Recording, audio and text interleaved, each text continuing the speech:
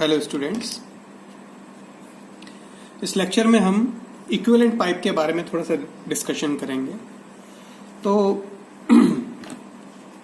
Equivalent pipe is defined as the pipe of uniform diameter having loss of head and discharge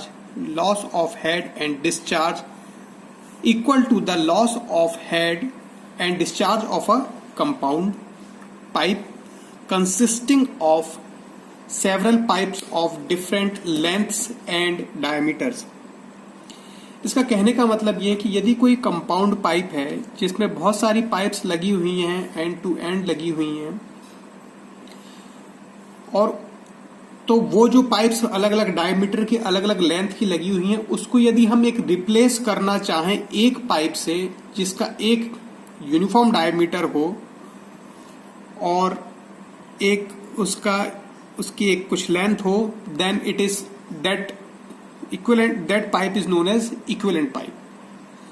एक बार और मैं बोल देता हूं कि जो एक आपके पास में पाइप का सिस्टम है जिसमें छोटी बड़ी सारी पाइपें लगी हुई हैं, तो उसको रिप्लेस करके इक्विवेलेंट, उसी के इक्विवेलेंट एक पाइप हम प्रेजेंट करें तो वो इक्विवेलेंट पाइप कहलाएगी, जिसमें दो कंडीशंस लागू होंगे, भी सेम होना चाहिए लॉस ऑफ हेड, और जो डिस्चार्ज है, वॉल्यूम फ्लो रेट है, जो आपके कंपाउंड पाइप में था वही आपके इक्विवेलेंट पाइप में होना चाहिए। तो it is defined as the pipe of uniform diameter having loss of head and discharge equal to the loss of head and discharge of a compound pipe consisting of several pipes of different lengths and diameters। तो इसको अपन थोड़ा सा आगे और discuss कर लेते हैं। तो हमारे पास में इक्विवेलेंट पाइप के बारे में हमारा ये टाइटल है, टॉपिक है, तो इसके बारे में डिस्कस करें। लेट से हमारे पास में कोई एक पाइप है, एक कंपाउंड पाइप है,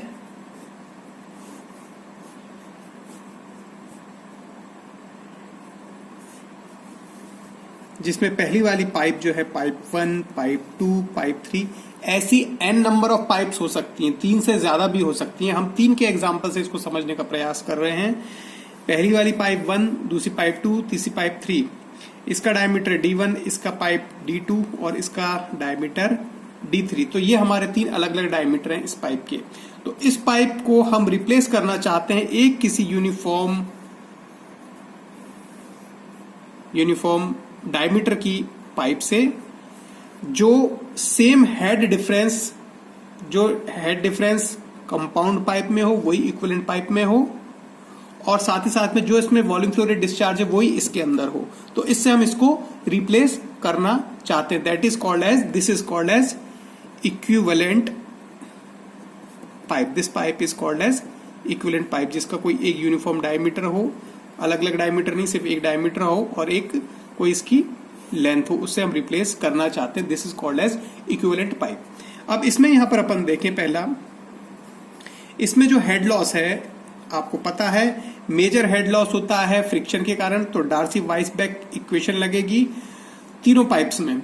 इस क्वेश्चन में हम माइनर लॉसेज को निग्लेक्ट कर रहे हैं। कौन कौन से माइनर लॉसेज? सडन एक्सपांशन और सडन कॉन्ट्रैक्शन वाले लॉसेज को हम यहाँ पर निग्लेक्ट कर रहे हैं। तो हमारे पास में हेड लॉस आ जाएगा H1 plus H2 plus H3। कौन कौन से हैं ये? HF है 1 वाले का, प्लस HF2 है, प्लस HF3 है। कौन से फ्रिक्शनल लॉसेज हैं? तो यहां पर अपन डार्सी-वाइसबैक फ्रिक्शन इक्वेशन को यूज कर सकते हैं। तो F1 L1 V1 square by 2G D1 plus F2 L2 V2 square F2 L2 V2 square by 2G D2 plus F3 L3 V3 square by 2G D3। तो ये हमारे पास में टोटल हेड लॉस आएगा। ये वाला हेड लॉस इस head loss के बराबर होना चाहिए, इस वाली पाइप में जो हेड लॉस आ रहा है। तो पहला हमारे पास में ये आ गया। दूसरा आपको पता है कंटिन्यूटी इक्वेशन के हिसाब से Q equals to A1 V1। यदि ये स्टडी स्टेट मेंटेन कर रखा है तो Q यहाँ पर भी सेम होगा, यहाँ पर भी सेम होगा और यहाँ पर भी, तीनों पाइप में सेम होगा, और वही वाला Q से हम इस पे सेम वाला Q इसमें भी आएगा। तो इसमें दो ही चीजें हैं, एक तो हेड इसके अक्रॉस और इसके अक्रॉस सेम होगा, और दूसरा डिस्चार्ज इस पाइप के अक्रॉस और इस पाइप के अक्रॉस सेम होगा। तो A1 V1 equal to A2 V2 equal to A3 V3 continue equation के हिसाब से। तो पहले वाले को यदि अपन ले लें तो V1 equal to Q by A1 that is equal to Q by pi D1 square by 4 that is equal to 4Q by pi D1 square. Similarly V2 equal to 4Q by pi D2 square और V3 equal to 4Q pi D3 square. V1, अब इस V1 V2 V3 को हम यहां पर replace कर दें इसमें, तो हमारे पास में आ जाएगा, इसको करें तो HL equal to F1L1 V1 की जगह 4Q by pi D1 square का square by 2G D1 plus F2L2 2G D2 4Q by pi D2 square का whole square plus F3L3 2G D3 4Q by pi D3 का square का whole square. यदि n number of pipe से 3 से ज्यादा है तो उतनी बार अपन उसको लिखेंगे। अब यहां पर एक और चीज अपन ने अज्यूम कर ली है, लेटस अज्यूम किया है हमने कि let's say F equal to जो है आपका F1 equal to F2 equal to F3, जो फ्रिक्शन फैक्टर है तीनों में सेम है, और यही अजम्पशन हमने लिया है कि यही वाला फ्रिक्शन फैक्टर जो हम इक्विवेलेंट पाइप में ले रहे हैं, इस पाइप में ले रहे हैं, वो भी F ही है। जो यहाँ पर F है सेम F इक्विवेलेंट पाइप में भी है, ये एक और हमारा अजम्पशन है। तो हमारे पास में यदि F equal to F1 equal to F2 equal to F3 हो जाएगा तो हमारे पास में इस इक्वेशन में हमको मिलेगा therefore HL if F equals to F1 plus HL will be equal to F L1 2G 16Q square by pi square D square, और ये D की पावर 4 और D की पावर 5 आ जाएगा। F L1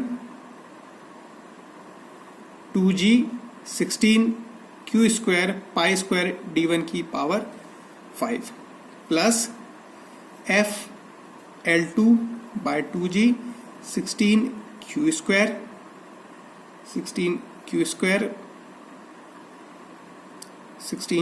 square by pi square D2 की power 5 plus F L3 ये वाला 2G pi square 16Q square divided by D3 की पावर 5। हमारे पास में ये इक्वेशन आ जाएगी। तो हम इसमें से कॉमन जो है वो निकाल लें, तो HL will be equal to common निकाल लें तो 16Q स्क्वायर और पाई स्क्वायर और 2G ये कॉमन आ रहा है अपने पास में, तो यहां से अपन लिख सकते हैं 16Q square F 16Q square F सब में कॉमन है, 2G पाई स्क्वायर सब में कॉमन है, और यहाँ पर ये बच जाएगा L1 बाय D1 की power 5 plus L2 bye D2 की पावर 5 प्लस L3 D3 की पावर 5। ये हमारे पास में फाइनल इक्वेशन हेड लॉस की कंपाउंड पाइप के अंदर आ जाएगी। अब हमको इसी को रिप्लेस करना है इससे, तो हमारे पास में जो HL है, इसमें जो HL है, जो इसके अंदर हम जो HL लेंगे तो हमारे पास में आ जाएगा HL equal to FLV square by 2GD, where F इसका फ्रिक्शन फैक्टर जो कि उसका भी था, L इसकी नई वाली जो लंबाई है हमको जो निकालनी है, D डायमीटर नया वाला डायमीटर जो इससे हमको इसको रिप्लेस करना है, V स्क्वायर बाय 2GD। अब हमको पता है साथ ही साथ में Q इक्वल टू AV है, इसकी वेलोसिटी, इसके अंदर फ्लो की वेलोसिटी V है और area of cross section A है, तो अपने पास में V की वैल्यू आ जाएगी Q बाई A, तो ये हो जाएगा आपका Q by pi D square by 4, तो ये हो जाएगा आपका 4Q by pi D square, और इस वेलोसिटी को अपन यहाँ पर पुट कर दें तो अपने पास में आ जाएगा HL equal to FL by 2GD, V की जगह ये पुट करना है V square, 4q by pi D square का होल स्क्वायर। तो ये हो जाएगा आपका 16f l q square by 2g pi square 16f l q square 2g pi square d की पावर 4 और 1 d की पावर 5। और हमको मालूम है कि हमको अब हेड जो है दोनों का सेम करना है। तो ये वाली इक्वेशन और आपकी इस वाली इक्वेशन को इक्वेट कर दें। इस इक्वेशन को हेड की इक्वेशन को जो कंपाउंड पाइप में ली थी और जो हेड की इक्वेशन हमको इक्विवेलेंट पाइप में लेनी है, इन दोनों को हम इक्वेट कर दें। तो हमारे पास में आ जाएगा, इक्वेट यदि अपन कर देते हैं तो अपने पास में आ जाएगा 16q square f 2g pi square L1 by D1 की पावर 5 प्लस L2 D2 की पावर 5 प्लस L3 D3 की power 5। This is equal to ये वाली 16f L q square by 2g pi square d की power 5। 16 cancel, 2g cancel, q square cancel, f cancel हो जाएगा आपका।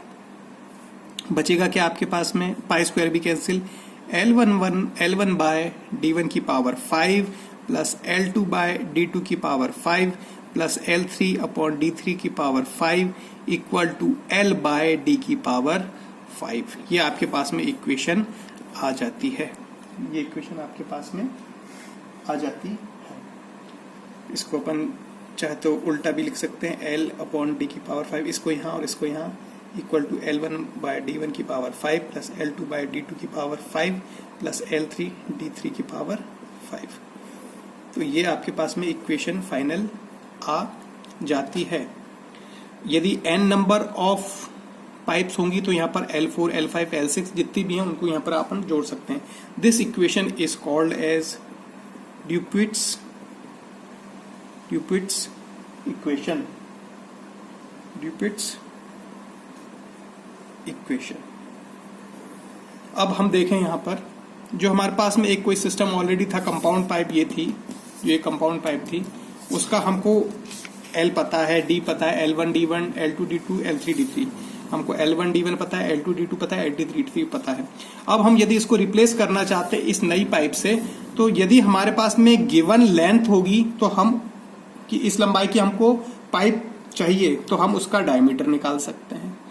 उल्टा यदि ये तो गिवन है, यदि हमारे पास में गिवन डायमीटर की पाइप है तो हम बता सकते हो हमको कितनी लंबाई की पाइप चाहिए होगी।